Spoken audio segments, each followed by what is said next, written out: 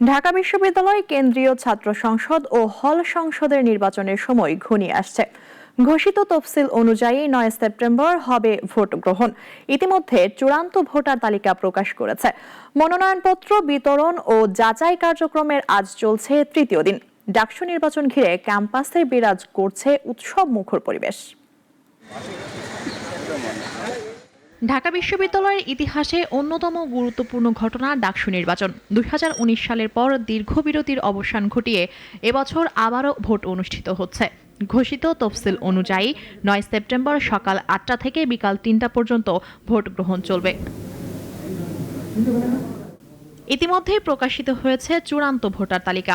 এতে নাম রয়েছে 39,775 জন শিক্ষার্থীর। এর মধ্যে পুরুষ 20,871 জন এবং নারী 18,902 জন। খসড়া তালিকা থেকে 157 জনের নাম বাদ পড়েছে যাচাই বাছাই প্রক্রিয়ায়। শিক্ষার্থীদের আশা এবার হবে একটি অবাধ, নিরপেক্ষ ও শান্তিপূর্ণ নির্বাচন।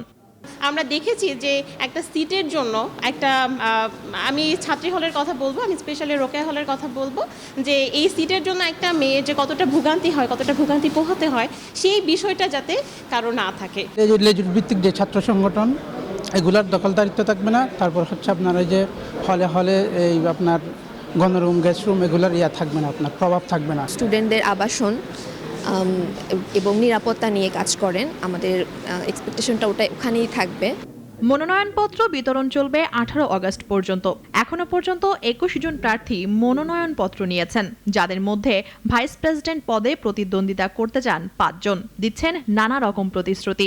একটা ছেলে বা একটা ছাত্র যখন 1 বছর ধরে কাজ করে বা 1 বছর ধরে হলে আছে, তাকে কিন্তু বাকি ছাত্ররা চিনে যে সে আসলে কে এবং সে কাদের পারপাস সার্ভ করছে, সে আসলে ছাত্র বান্ধব কোনো কাজ করছে কিনা।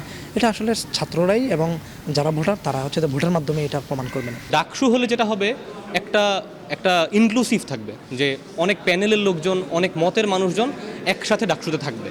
সো তখন একচেটিয়াভাবে কেউ তার দলীয় এজেন্ডা বাস্তবায়ন করার সুযোগ পাবে না। আপনি যখন সিনেটের মধ্যে একটা জায়গায় গিয়ে 5 জন হচ্ছে ছাত্র প্রতিনিধি পাবেন, তাহলে আমাদের ভয়েস রেজ করার একটা সুযোগ থাকবে।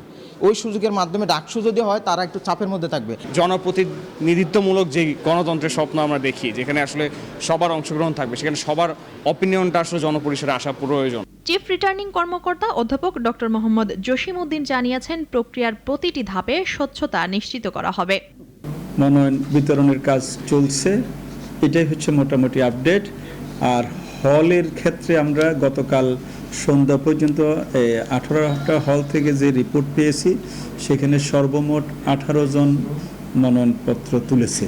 সবকিছু ঠিকঠাক থাকলে দীর্ঘ 6 বছরের অপেক্ষার পর আবারও ছাত্র প্রতিনিধিদের সরাসরি ভোটে নির্বাচিত করবে ঢাকা বিশ্ববিদ্যালয়।